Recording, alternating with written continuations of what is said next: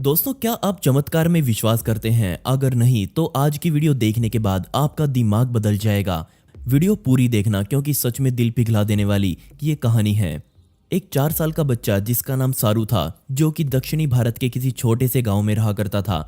उसका जन्म एक बेहद गरीब परिवार में हुआ था और अपने परिवार का भरण पोषण करने के लिए सारू का बड़ा भाई, जिसका नाम गुड्डू था, वो हर रोज ट्रेन के डब्बों को धोने का काम किया करता था। साथ ही उनकी माता लोगों के घरों में अलग अलग तरह का काम करके अपने बच्चों का भरण पोषण करती।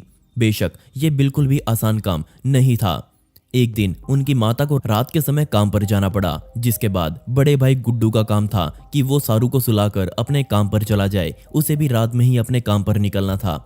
लेकिन इस कहानी में एक बदलाव आया जिसने इस परिवार को ऊपर से नीचे तक बदल कर रख दिया। उस रात सारू सोना नहीं चाहता था क्योंकि उसकी उम्र सिर्फ 4 साल की थी। इस उम्र में बच्चे अकेले कभी नहीं सो सकते। उसने रोना शुरू कर दिया और अपने बड़े भाई से जिद करने लगा कि वो भी उसे अपने साथ काम पर लेकर जाए। उस समय गुड्डू को अपने काम पर जाने की जल्दी थी। वो अपने छोटे भाई को बिल्कुल भी काम पर लेकर नहीं जाना चाहता था, लेकिन छोटे भाई की जिद के सामने उसने हार मान ली और दोनों भाई साइकिल पर बैठकर स्टेशन की ओर निकल पड़े। गुड्डू को लग रहा था कि कुछ ही घंटों में वो अपना काम खत्म कर लेगा और अपनी माँ के घर आने से पहले वो सारू को घर लेकर वापस पहुंच जाएगा। उसने सारू को बेंच पर सुलाया और गुड्डू अपना काम करने लगा। लेकिन सारू को अभी भी चैन नहीं था। वो वहां से उठा और पास ही खड़ी एक ट्रेन में जा घुसा। वो थका हुआ था, इसी वजह से कुछ ही देर बाद वो ट्रेन के फर्श पर सो गया। जब वो उठा तो वो ट्रेन अपनी पूरी गति से चल रही थी और उसे नहीं पता था कि ये अब कहाँ जाकर रुकने वाली है। ये सोचना भी शायद मुश्किल है कि उस छोटे से बच्चे पर क्या बीत रही होगी। बड़े बड़े खेत अपने बराबर से गुजरता हुआ देख सारू घबरा गया। पूरे 2 दिनों तक ट्रेन बिना रुके चलती रही और वो सीधा अपने निर्धारित स्थान पर जाकर रुकी। जी हाँ, कैलकाटा। ये स्थान सारू के लिए पूरी तरह से नया था। यहाँ के लोग भी उसके देखे हुए लोगों से मेल नहीं खाते थे, जिस वजह से बच्चा दुविधा में पड़ गया। उसे तो अब तक नहीं पता था कि वो कहाँ है, वो कैसे अपने घर को ढूंढेगा। आसपास मौजूद लोग अपने ही ख्यालों में गुम थे। कोई भी सारू पर ध्यान नहीं दे रहा था, क्योंकि उनके लिए भी ऐसे बच्चों को भीख मांगते हुए देखना आम बात थी।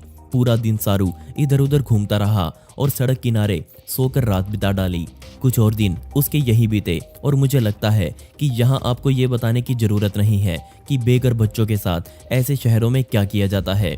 वो ऐसे ही बच्चों के साथ मिला। फिर एक रात एक अनजान आदमी आया जो सभी बच्चों को उठा कर ले गया। सारू ने ऐसा कुछ पहले कभी नहीं देखा था। वो चमत्कारिक रूप से वहां से भाग गया। अब फिर से उसने चौराहों पर घूमना शुरू कर दिया। एक दिन जब वो भूखा था, वो सड़क के एक किनारे पर जाकर बैठ गया और उसके बिल्कुल सामने एक रेस्टोरेंट वहां बना हुआ था। खिड़की से उसने देखा कि एक आदमी वहां बैठकर खाना खा रहा है। उसने उस आदमी की तरह अपने उंगलियों को चाटना शुरू कर दिया। इस तरह का काम करते हुए उस आदमी की नजर सारू पर गई। उस आदमी ने सारू से पूछा कि वो यहाँ अकेले क्या कर रहा है, उसका परिवार कहाँ है। लेकिन सारू अपने बारे में कुछ भी बताने में सक्षम नहीं था।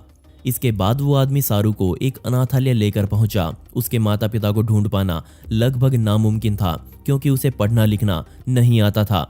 बेशक पुलिस ने भी इसके बारे में पता करने की कोशिश करी, लेकिन वो सभी इस काम में असफल रहे, जिसके बाद उसे अनाथ मान लिया गया। लेकिन किस्मत ने सारू के लिए कुछ और ही सोच रखा था। ऑस्ट्रेलिया में रहने वाले एक जोड़े ने सारू की फोटो अनाथालय की साइट पर देखी और उन्होंने उसे गोद लेने का सोचा।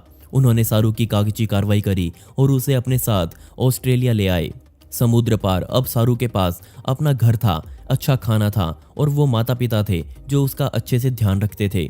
ऑस्ट्रेलिया में सारू की जिंदगी पूरी तरह से बदल गई। वो स्कूल जाता, नए नए दोस्त बनाता, सारा दिन गेम्स खेलता। आम शब्दों में वो एक आम जिंदगी जी रहा था।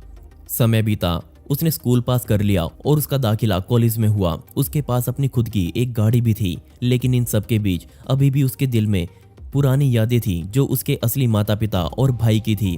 क्या वो फिर कभी उससे मिल पाएगी? क्या वो अपने बच्चे को फिर से पहचान पाएगी? समय बीता, लेकिन उसने अपनी असली परिवार से मिलने की उम्मीद नहीं छोड़ी।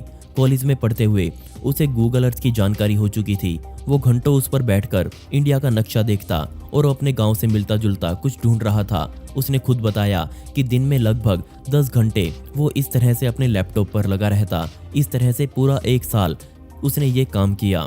उसने ऑस्ट्रेलिया में बैठकर इंडिया के हर रेलवे स्टेशन को छाना, लेकिन हम सबको पता है कि भारत में 10,000 से भी ज़्यादा स्टेशंस मौजूद हैं। दिन रात मेहनत करने के बाद किस्मत ने उसका साथ दिया। उसे कुछ सैटेलाइट फोटोज मिली जिसे देखकर उसे कतई विश्वास नहीं हुआ। ये जगह कुछ उसके पैतृक गांव जैसी लग रही थी। उसे अपने गांव में मौजूद नदी पर बना ये ब्रिज याद था। वो बिल्कुल ऐसा ही लग रहा था। जी हाँ, उसे अब अपना गांव मिल चुका था और बिना कुछ सोचे उसने फ्लाइट पकड़ी और एक लंबे समय के बाद वो इंडिया वापस आया। एयरपोर्ट से सीधा वो उस गांव में गया और अपना घर ढूंढने लगा। लेकिन अब जरा सोच कर देखिए तब क्या होगा जब उसे ये पता चलेगा कि उसका परिवार का कोई भी सदस्य अब वहां नहीं रहता। अगर रहता भी हो तो क्या वो उसे पहचानेंगे। वो इस डर को मन में रखकर चल ही रहा था कि एक बूढ़ी औरत ने उसे गले लगा लिया। उसे नहीं पता था लेकिन वो उसकी असली माता थी। बेशक सारू नहीं, लेकिन उसकी माता उसे पहचान चुकी थी कि ये सारू है। एक माँ का दिल कभी गलत नहीं पहचान सकता। एक माँ अपने बेटे से पूरे 25 सालों बाद मिली थी, लेकिन सारू के लिए एक और झटका उसका इंतजार कर रहा था। जी हाँ, उसका बड़ा भाई अब मर चुका था। अब आप सोच रहे होंगे कि ये कैसे हुआ, तो ये उसी रात हो गया था जब सारू उस स्टेशन से गायब हुआ था। गुड्डू सारू को ढूंढते हुए स्टेशंस पर इधर उधर भटक रहा था और इसी बीच वो एक ट्रेन के नीचे आ गया, जिसके बाद उसकी जान चली गई। सारू ने बताया कि हर कोई उसे यही बोल रहा था कि वो कभी अपनी माता को नहीं ढूंढ पाएगा। इतने बड़े देश में एक छोटा सा गांव ढूंढना लगभग नामुमकिन है, लेकिन अगर आपके दिल में कोई चाह है और आप उसके प्रति ठान चुके हैं तो यकीन मानिए आपको सफल होने से कोई नहीं रोक सकता। आज सारू ऑस्ट्रेलिया में रहता है। हर महीने वो कुछ पैसे अपनी माँ को भेजता है और आज उसकी माता को वो कठिन काम करने की जरूरत नहीं है जो वो पहले किया करती थी। उसकी माता ने बताया साल में कई बार सारू अपने ऑस्ट्रेलिया वाले माता पिता को अपने गांव लेकर आता है। उसकी माता ने बताया कि कई सालों तक उसने भी सारू को ढूंढने की कोशिश करी, लेकिन वो सफल नहीं हो पाई। उसके पास एक ही चारा था और वो था इंतजार करना, और ये इंतजार पूरे 25 सालों तक चला। कमाल की बात यह थी कि सारू की जिंदगी पर एक फिल्म भी बनी हुई है जिसने पूरी दुनिया का ध्यान उस पर खींचा। और दोस्तों, पिछली वीडियो का शाउट आउट जाता है लोकानाथ बेहरा को, जिन्होंने बहुत ही प्यारा कमेंट किया था। इस कमेंट के लिए आपका बहुत बहुत शुक्रिया। दोस्तों, आपको ये सच्ची घटना कैसी लगी मुझे नीचे कमेंट सेक्शन में जरूर बताइएगा, और ऐसे ही इंटरेस्टिंग वीडियोस देखने के लिए मिस्टीरियस दुनिया को अभी सब्सक्राइब करें। मिलते हैं अगली वीडियो में। ये वीडियो देखने के लिए धन्यवाद।